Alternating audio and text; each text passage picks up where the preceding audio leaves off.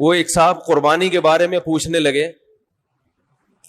قربانی کے بارے میں, یہ ابھی قربانی آنے والی ہے نا, تو اس میں بھی یہی اعتراضات, یار اتنا پیسہ غریبوں کو کھلا دیا جاتا ہے بھائی, ایک ایک گھر میں 2-2 لاکھ 1.5 لاکھ 1 لاکھ کی قربانی ہو رہی ہے, ایک جانور کٹتا ہے نا, اور اس کا گوشت 3-4 دن میں کباب بنا کے کھا پی کے ختم. اتنا پیسہ اگر ہم IMF کو دے دیتے تو ہمارا اتنا قرضہ ادا ہو جاتا. اتنا پیسہ اگر ہم جہیز کے لیے جمع کر لیتے, لاکھوں بچیوں کی شادیوں کا انتظام, بولتے کیوں نہیں بھائی, ہو جاتا. اتنا پیسہ اگر ہم ڈیم کے لیے جمع کرتے, ڈیم نے تو پھر بھی, یہ غلط ہو گئی مثال, واپس لے رہا ہوں میں, واپس. اور کیا ہو سکتا ہے, بس یہ 2 ہی چیزیں ہو سکتی ہیں. بہرحال بہت کچھ ہو سکتا تھا نا. اتنا پیسہ ہم اپنے بچوں کی پڑھائیوں پہ لگا دیتے تو بچے, ہمارے ملک سے جہالت کا خاتمہ ہو جاتا. اتنا پیسہ یوں کر دیتے تو یوں ہو جاتا, یوں کر دیتے. اور اگر چلو گوشت ہی میں خرچ کرنا تھا, بھئی علماء کہتے ہیں نا غریبوں کو گوشت کھانے کو مل رہا ہے, تو اتنا پیسہ گوشت خرید کے اسٹاک کر دیتے اور پھر پورے سال آرام سے تقسیم ہوتے. یعنی گورنمنٹ یہ اعلان کرتی, بھائی قربانی کی مد میں سب اتنے پیسے جمع کرائیں, 50,000 ہم کرا دیتے, 1 لاکھ رفیع بھائی کرا دیتے, 1.5 لاکھ فلاں کرا دیتا, اور یہ کرا کے گورنمنٹ یا کوئی کمیٹی بن جاتی جو کہتی اب ہم ایک دن میں نہیں بلکہ پورے سال میں ڈیوائڈ کر کے جانور ذبح کر کے غریبوں میں بانٹتے رہیں گے. اس سے غریبوں کو فائدہ زیادہ ہوتا. بھائی 3 دن میں ہی آپ نے لاکھوں کروڑوں جانور کاٹ دیے, اس میں تو ضائع بھی بہت ہوتا ہے نا. ارے اس کو اسٹور کر کے, بھائی یہ گائے مفتی صاحب کی ہے, یہ گائے فلاں کی ہے, یہ گائے فلاں کی ہے, اب یہ بس اللہ کے نام پہ ہو گئی ہے, اب بوقت ضرورت بقدر ضرورت جب ضرورت ہوگی یہ گائے کٹتی رہے گی, راشن بٹتا رہے گا غریبوں میں. یہ 3 دن کے اندر اندر ہی کیوں, 3 دن کے اندر اتنا جانور جب آپ کاٹتے ہیں تو فائدے کے بجائے نقصان, بولو نا, زیادہ ہوتا ہے. معاشی لحاظ سے جانور کے گوشت کی قیمت بہت زیادہ اوپر چڑھتی ہے, جو ظاہری کیلکولیشن بتاتی ہے, حقیقت تو اللہ ہی جانتا ہے. ارے مجھے ایک بات بتاؤ نا یار, یہ بات بھی سمجھانا کوئی مشکل کام ہے. دیکھو آپ کے پاس 3 لاکھ روپے پڑے ہوئے ہیں یا 2 لاکھ روپے پڑے ہوئے ہیں, ماہرین معیشت کیا کہتے ہیں, وہ 2 لاکھ ایک دن میں خرچ کر لو یا پورے سال ڈیوائڈ کر کے خرچ کرو, زیادہ بہتر کون سا, کیا عمل ہے, پورے سال ڈیوائڈ کرو. ایسا ہی ہے نا. تو آپ کے پاس اتنے جانور, کروڑوں گائے, بیل, بکرے, دمبے موجود ہیں, تو ماہر معیشت کہیں گے کہ 3 دن کے اندر کاٹ کے ان کے کباب بنا کے کھا جانا, اس سے بہتر ہے کہ ان کو پورے سال میں ڈیوائڈ کر دو. کچھ محرم میں کٹیں گے, کچھ سفر میں کٹیں گے, کچھ ربیع الاول میں کٹیں گے. اس سے گوشت کی قیمت بھی کیا رہے گی, ہمارے کنٹرول میں رہے گی. وافر مقدار میں غریبوں کو گوشت بھی ملتا رہے گا. عقل تو یہی کہتی ہے. اسی وجہ سے یہ لبرلز لوگوں کو بڑے اعتراضات ہوتے ہیں, یار یہ کون سی قربانی ہے, یار یہ کیا ہے, یار یہ کون سا طریقہ ہے, یار جانور لاؤ کاٹو, جہاں پہ کسائی لے گیا نکال کے, اور کھال جو ہے نا وہ فلان لے گئے, اور پھر وہ کھایا پیا 3 دن ہلا گلا. کچھ لوگ اسٹور کر لیتے ہیں لیکن وہ بھی اپنے لیے کرتے ہیں, غریبوں کے لیے تھوڑی کرتے ہیں. محرم میں حلیم پکا دیا اس سے, بس اس کے بعد نہیں چلتا وہ. تو یہ کیا ہو رہا ہے؟ دوسری بات, گوشت خرید کے اگر وہ سستا پڑتا ہے, جانور خرید کے کاٹ کے کھایا جائے تو وہ اور زیادہ مہنگا پڑتا ہے. تو یہ کروڑوں روپے کا سرمایہ اس طرح بھی ہلاک ہو رہا ہے. ارے یہی بکرا آپ عام دنوں میں خریدو آدھی قیمت پہ ملے گا، بلکہ گوشت خریدو تو اور سستا ملے گا، اور گوشت بھی اپنی مرضی کا ملے گا. جو سری پائے کے عادی نہیں ہے وہ سری پائے نہ خریدیں. لیکن یہی آپ بقرعید والے دن خریدو تو ڈبل قیمت پہ. کیا خیال ہے بھائی؟ اور اگر کاٹنا ہی تھا تو جو لنگڑے لولے جانور ہیں ان کو کاٹ دو، گوشت تو سب میں ایک ہی جیسا نکلتا ہے نا.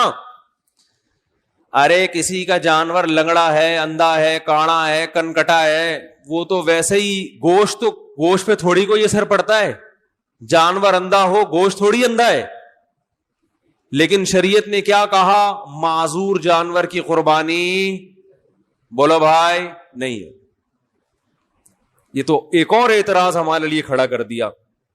تو اتنے سارے اعتراضات قربانی پہ ہوتے ہیں، ان سب کا ایک ہی جواب ایک حدیث میں موجود ہے. صحابی نے پوچھا یا رسول اللہ یہ قربانی کیا ہے؟ آپ نے فرمایا سنت ابیکم ابراہیم، تمہارے باپ ابراہیم کی سنت، بس اور کوئی لاجک نہیں ہے. جب اللہ نے ابراہیم علیہ السلام کو حکم دیا بیٹے کو ذبح کرو تو اس کی کوئی لاجک سمجھ میں آتی ہے؟ ابھی تو گائے کاٹنے کا کہا جا رہا ہے، بیٹا کاٹنا تک کا تو کوئی تک بنتا ہے ہی نہیں. بھائی بیٹے کو کاٹنے کا حکم دیا جائے، یہ کسی لبرل کو آپ سمجھا سکتے اس کی حکمت ہے؟ بھائی اقوام متحدہ کو قائل کر سکتے ہو کہ بیٹا کاٹنا بھی اس کی کوئی تک بنتا ہے اس کا؟ وہ مانیں گے؟ ہے بھائی کسی کو بھی بٹھا کے سمجھاؤ یار فلاں کو اللہ نے حکم دیا بیٹا کاٹو، تو آپ فوراً کہو گے یار ہو سکتا ہے وہ بیٹا چور ہو، معاذ اللہ، یا وہ بیٹا اتنا بڑا مجرم ہو کہ اس نے کئی لوگ کاٹ چکا ہو. تو اب باپ کو کہا جا رہا ہے اس بیٹے کو کاٹو تاکہ مزید لوگ نہ کٹیں. ڈاکو ہو، چور ہو، ہے نہ بھائی. وہ بیٹا بھی کون ہے؟ اسماعیل پیغمبر کا بیٹا، اور جس کے بارے میں بشارت دی گئی تھی کہ بطور انعام کے دیا جا رہا ہے آپ کو، آپ کی قربانیوں کا صلہ ہے یہ بیٹا، بطور گفٹ، جس کے اچھا ہونے میں دو رائے نہیں ہو سکتی. ایسے بیٹے کے بارے میں حکم دیا جا رہا ہے ابا کو کہ اس بیٹے کو کیا کر دو؟ ذبح کر دو. آپ کہہ سکتے ہیں ہو سکتا ہے بچے کا امتحان لیا جا رہا ہو کہ یہ بچہ کتنے پانی میں ہے. کاٹنے کا اصل حکم نہ ہو بلکہ اللہ دیکھنا چاہ رہے ہو کہ بچہ آگے سے رسپانس کیا کرتا ہے. تو بچے نے جواب کیا دیا تھا؟ یا ابت افعل ما تؤمر، اے ابا جو کہا گیا ہے عمل کر لیں. تو بچہ ایگزام میں کامیاب ہو گیا. اب اللہ کہتے بس نہیں کاٹیں. ہے بھائی تو جیسے ابراہیم علیہ السلام کو حکم دیا اپنے بیٹے کو کاٹیں، اس کی لاجک کچھ بھی نہیں ہے سوائے اس کے کہ ابراہیم بھی اللہ کے، بیٹا بھی اللہ کی مخلوق پہلے ہے، ابراہیم کا بیٹا بعد میں. تو اللہ کہہ سکتا ہے بھائی میں تو ویسے بھی کسی کو کسی وقت موت دے سکتا ہوں، آپ نہیں کاٹیں میں کسی اور حادثے سے ہلاک کر دوں. یہ تو مجھے اختیارات ہے نا، دیا بھی تو میں نے. یہ ثابت کرنے کے لیے کہ ابراہیم تو میرا بندہ ہے اور تیرا بیٹا بھی میرا غلام ہے. غلام کو جب حکم دیا جاتا ہے تو اس کے پاس کیوں کا آپشن نہیں ہوتا، بس یہ ثابت کرنے کے لیے کاٹو. تو ہمیں حکم دیا جا رہا ہے کہ بیٹے مت کاٹو بلکہ بیٹے تو مزید پیدا کرو، نسل بڑھانے کا حکم ہے نا. لیکن بیٹے کے بدلے میں جانور کاٹو. اور اس جانور پہ جو اعتراضات ہوں کہ کیوں کاٹنے کا حکم دیا جا رہا ہے، اتنے پیسے سے غریب کی شادی کرا دیتے. ایک تو غریب کی جب بھی مثال آتی ہے شادی کی آتی ہے بیچارے کی مثال، کیونکہ غریب کے ہر مسئلہ حل ہوتا ہے، شادی نہیں ہوتی بیچارے کی. غریب کو روٹی بھی مل جاتی ہے، لوگ زکوٰۃ فطرہ دے دیتے ہیں غریبوں کو، میں نے دیکھا ہے، بلکہ دیتے ہی غریبوں کو ہیں، تلاش کر کر کے غریبوں کو دیتے ہیں. ہر کام علاج بھی ہو جاتا ہے. غریب کا مسئلہ اٹکتا کہاں ہے؟ رشتہ لینے جائے گا, جتنا بھی ترس آ رہا ہو نا آپ کو, آپ بولے گے بھائی تو یہ 1 لاکھ مزید لے لے, پتلی گلی سے نکل یہاں سے, بیٹی نہیں دوں گا. تو غریب کے سارے مسائل کہاں کے کھڑے ہوتے ہیں. اس لیے میں مثال دیتا ہوں, غریب کی شادی نہیں ہوتی اس کی بیچارے کی, رشتہ نہیں دیتا کوئی, تو غریب بھی نہیں دے رہے ہوتے. کمال کی بات یہ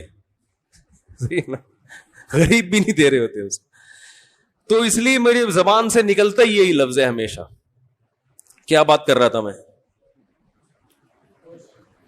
ہاں, تو میں یہ کر رہا تھا کہ لوگ کہہ سکتے تھے کہ یہ جو تم نے 1.5-2 لاکھ کا بیل خریدا ہے, اس سے کسی غریب کی ہی شادی کرا دیتے, یا کھانا کھلا دیتے, یا کسی غریب بچی کو جہیز دے دیتے, یا فلانا کر دیتے, تو ڈمکانا کر دیتے. تو آپ ان سے بولو بھائی, جب ابراہیم علیہ السلام کو اللہ نے حکم دیا تھا بیٹے کو ذبح کرو, تو ابراہیم علیہ السلام بھی اس قسم کے اشکال اگر کر لیتے تو وہ اللہ کے خلیل نہ بنتے, وہ معاذ اللہ نقل کفر شیطان کے دوست بن جاتے. تو آپ مجھے بھی شیطان کا دوست بنانے کی کوشش نہ کریں. اللہ نے حکم دیا کہ کاٹو, تو میں کیا کروں گا؟ کاٹوں. اور حج میں تو اس سے بھی زیادہ عجیب معاملہ ہوتا ہے. یہاں تو ہم گوشت کھا بھی لیتے ہیں, کھلا بھی دیتے ہیں. مینا میں جو کروڑوں لاکھوں جانور ذبح ہوتے ہیں وہ تو بےچارے اکثر ضائع ہو جاتے ہیں. لیکن عقل پرستوں کو اللہ نے یہاں ایک جواب دیا ہے کہ تم جو یہ فلسفے کیلکولیٹر لے کے بیٹھتے ہو نا کہ اتنے جانور اگر یوں ہو جاتا تو ہر سال اگر کٹتے تو ایکچولی گوشت کی قیمتیں کنٹرول میں رہتی ہیں, اور ایکچولی یوں ہوتا اور اس سے اتنے غریبوں کے پیٹ بھر جاتے اور اس سے تو جانور ختم ہوتے ہیں. تو اللہ نے ابراہیم علیہ السلام کی سنت میں بتا دیا کہ ابراہیم نے اپنے بیٹے کو ذبح کرنے کے لیے لٹایا تھا نا, تو سب سے زیادہ نسل چلی کس کی ہے؟ اسماعیل کی. اور برکت کس میں ہوئی؟ اسی بیٹے میں. آئی بات سمجھ میں؟ کوانٹٹی کے لحاظ سے بھی اور کوالٹی کے لحاظ سے بھی. آج بھی دنیا میں خاندان افرادی قوت کے لحاظ سے سب سے زیادہ سید ہیں دنیا میں, جن کو شاہ بھی کہا جاتا ہے, سید بھی کہا جاتا ہے, افرادی لحاظ سے بھی. اور روحانی اعتبار سے سید الانبیاء محمد صلی اللہ علیہ وسلم اللہ نے حضرت اسماعیل کی اولاد میں پیدا کیے. پتا چلا کہ بھائی جو اللہ کے لیے کٹے گا بڑھے گا بھی, بولو نا وہی. کتے تو 12 بچے دیتے ہیں, اور کئی سال ہو گئے کے ایم سی والے نہیں مار رہے, پھر بھی اتنے نہیں ہوئے ہیں. بھائی یہ تو اللہ کا فضل ہو گیا. لیکن گائے, بیل, بکرے, دمبے روزانہ کروڑوں کی تعداد میں کٹتے ہیں, اتنے کہ ہمارے تصور سے جب بھی شنواری جاؤ گے 8-10 بکرے لٹکے ہوئے نظر آئیں گے آپ. ہر ہوٹل پہ یہی ہے. او بھائی سال میں 1 بچہ دیتی ہے بکری یار. گروتھ ریشو کیا ہے؟ 1 بچہ سال میں. کٹ روزانہ رہا ہے, روزانہ. کمیلا جاؤ نا کبھی, کراچی کے کمیلے جاؤ, روزانہ بچڑے 2 دانت کے لائن لگی ہوئی ہوتی ہے. او بھائی یہ تو 2 سال میں 1 پیدا ہوتا ہے. یہ مرغیوں کی طرح 24 انڈے تھوڑی دیتی ہیں بکریاں اور گائے کہ 24 بھینسیں نکل رہے ہیں اس میں سے. اتنا کٹ رہا ہے, اتنا کٹ رہا ہے, اتنا کٹ رہا ہے. اور پھر بقرعید کے 3 دنوں میں دیکھو, اور پھر حج میں دیکھو, ختم ہونے کا نام بولو بھائی نہیں لے رہا. یہ ہے کوانٹٹی کے اعتبار سے برکت, اور کوالٹی کے اعتبار سے برکت دیکھو. جو طاقت صحت اللہ نے ان 4 جانوروں کے گوشت میں رکھی ہے وہ کسی اور کے گوشت میں نہیں ہے. مرغی کھانے سے طاقت, بول لو, مرغی کچھ نہیں بگاڑ سکتی آپ کا. ان مرغیوں میں دم ہی ختم ہو گیا ہے. یہ آپ کو کیا, آپ ان کے خلاف جتنا بھی احتجاج کرو یہ کچھ نہیں کرے گی. بکرے کے خلاف بولنے سے پہلے سوچنا. صحیح ہوتا. روحانی برکت بھی ہے. میں اکثر ایک مثال دیتا ہوں نا, وہ ہم جب چھوٹے بچے تھے تو شعیب اختر تھا بہت فاسٹ بالر, تو اس کی بالنگ کا سنتے تھے. میں تو نہیں دیکھتا تھا اس وقت ٹی وی, تو سنتے تھے بہت فاسٹ بالر ہے. تو اس دور میں انڈیا کے کسی شعیب اختر, کیا میں نے بولا, ایکٹر بولا, ایکٹر نہیں, کھلاڑی. انڈیا کے اس دور میں کسی کھلاڑی کا انٹرویو آیا کہ پاکستان کے پاس اتنے فاسٹ بالر ہیں, آپ کے پاس کیوں نہیں ہے؟ تو انڈیا کے اس کھلاڑی نے کہا کہ شعیب اختر گوشت کھاتا ہے, ہم گوشت, بولو بھائی, نہیں کھاتا. واگا بارڈر پہ چلے جاؤ, گوشت کا سبزی سے مقابلہ آپ کو نظر آئے گا وہاں. میں 2 دفعہ واگا بارڈر پہ گیا ہوں, بار بار دل چاہتا ہے, لیکن اب چونکہ ذرا مشہور ہو گئے تو ہر آدمی وہ پھر تصویریں لے کے ڈالنا شروع کر دیتے ہیں, اور ایک عجیب ہی. تو واگا بارڈر پہ آپ جائیں, ایک طرف گوشت نظر آئے گا, دوسری طرف بولو بھائی سبزی. آوازوں میں دم دیکھو, ایک کی دھاڑ جیسے شیر دھاڑ رہا ہے, قد ہے بھائی جیسے بیل. تو یہ برکت کس کی ہے؟ گوشت کا مقابلہ سبزی سے دیکھنا, سبزی سے کرنا ہے تو ابھے نندن کی چائے دیکھ لو. ایک سبزی کھا کر اڑا تھا ہے بھائی ہوا میں, اور ایک بولتے کیوں نہیں یار, اس میں تو کوئی کچھ نہیں, کوئی پابندی نہیں ہے یار, آپ تو گوشت کھاتے ہو نا. ایک نے سبزی کھائے تھے ٹماٹر, جس پہ پھر ہم پہ پابندی لگائے گی کہ ٹماٹر پہ پابندی لگا رہے ہیں ہم. لگا دو پابندی, گائے پہ پابندی نہ لگانا. انڈیا نے دھمکی دی تھی نا ہم تمہارے ٹماٹر بند کر دیں گے, تو ہمارے یہاں تو ٹومیٹو کیچپ میں ٹماٹر نہیں ڈلتا. ہمارے یہاں تو ٹومیٹو کیچپ میں نہیں ڈلتا ٹماٹر, وہ پتہ نہیں کیا ڈل رہا ہوتا ہے. تو ٹماٹر بند کرنے سے ہمارا کوئی نقصان نہیں ہے. انڈیا سے جو گائے آ رہی ہیں اور وہ بیل آ رہے ہیں نا, جو ہندو نہیں کھاتے, یہ آپ بہت اچھا کرتے ہو, بہت اچھا. آپ گائے کو اپنی ماں سمجھو, گائے کی سیوا کرو, سجدہ کرو گائے کے سامنے, ہمیں کوئی اعتراض نہیں ہے, کیونکہ آپ کھاؤ گے تو ہمارے لیے کھانا مہنگا ہو جائے گا تھوڑا سا. تو اگر آپ یہ دھمکی دیتے کہ ہم پاکستان کو قربانی کی گائے بند کر دیں گے تو ہم پریشان ہوتے. بھائی ہمیں تو واگا بارڈر پہ آپ کے خلاف جو نعرے لگانے پڑتے ہیں وہ گائے کا گوشت کھائے بغیر ممکن نہیں ہے. ہمیں جو اڑتے ہوئے جہازوں کو کنٹرول کر کے زمین پہ لا کے پائلٹ کو چائے پلا کے واپس بھیجنے کا عمل ہے, یہ گائے کا گوشت کھائے بغیر ممکن نہیں ہے. گائے بند نہ کرو ہماری.